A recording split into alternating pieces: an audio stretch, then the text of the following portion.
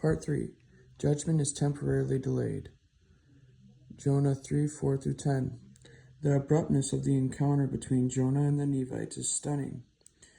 John 3 summarizes it into 2 verses. In verse 4, Jonah preached that judgment was coming in 40 days. In verse 5, the whole city repented.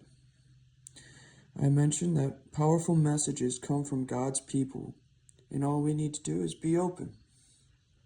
Verses 6-9 go on to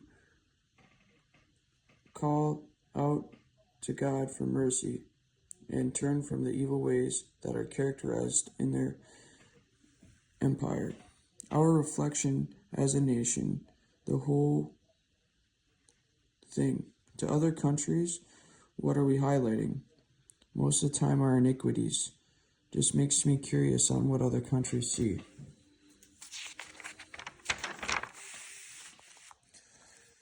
When God saw that their change of heart, he specifically that they changed their behavior. When bitterness and resentment no longer bind, it's that repentance there. Proverbs 4:23 says, guard your hearts, for everything you do flows from it. So if you get rid of that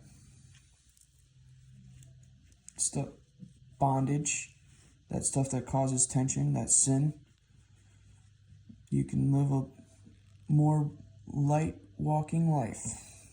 He did exactly what Jonah had feared. God was moved with compassion. Judgment was postponed. God's grace and mercy prevails. It just made me think of Genesis 18:26-33, when Abraham was talking to God about the 50 righteous and what if 5?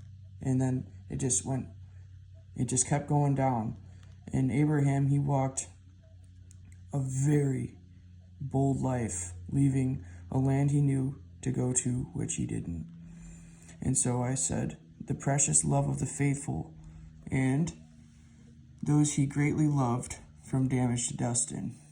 Imagine all the things he faced and maybe why that happened, and the fault of the unknowing. They didn't know better. That's something that Jesus said when he took up the cross, is forgive them, Father, for they know not what they do. Jonah's successful mission to a heathen people stands as a startling contrast to God's covenant people. I mentioned that God's people were spoiled, and they didn't know of all they had. Or, they endured a great amount, and it made their hearts waxed and hardened. Where the Assyrians were grateful to be able to receive the knowledge of God that was both valuable and there were many virtues in that perhaps they didn't know, and that God provided first. He is our foundation.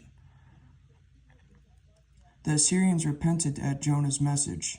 The Israelites consistently refused to respond to the prophets God raised up among them. Ironically, the unrepentant Israelites would be forced to serve Assyria, Hosea 11:5, whom God would use as a tool of judgment, Isaiah 10:5-7.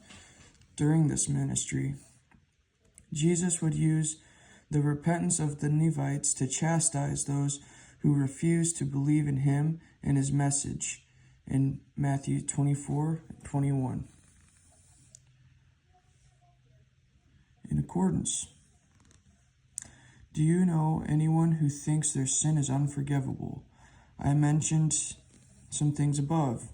Maybe unforgiven, maybe those condemned by people, maybe backsliding and the fear upon re-entrance of the church. There's some people that just have the devil trying to keep them out of them doors, but really it's about being bold, going in, developing that relationship and seeing what he can do and calling you to that purpose and becoming whole. Most people live their life stagnant, but you don't have to.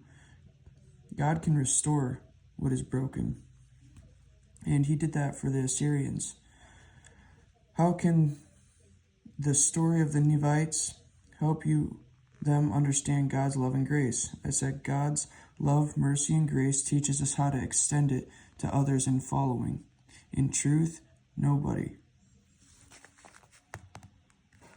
I think. Yeah, to following in truth. Nobody is too far gone. Oh, duh. Just taking openness.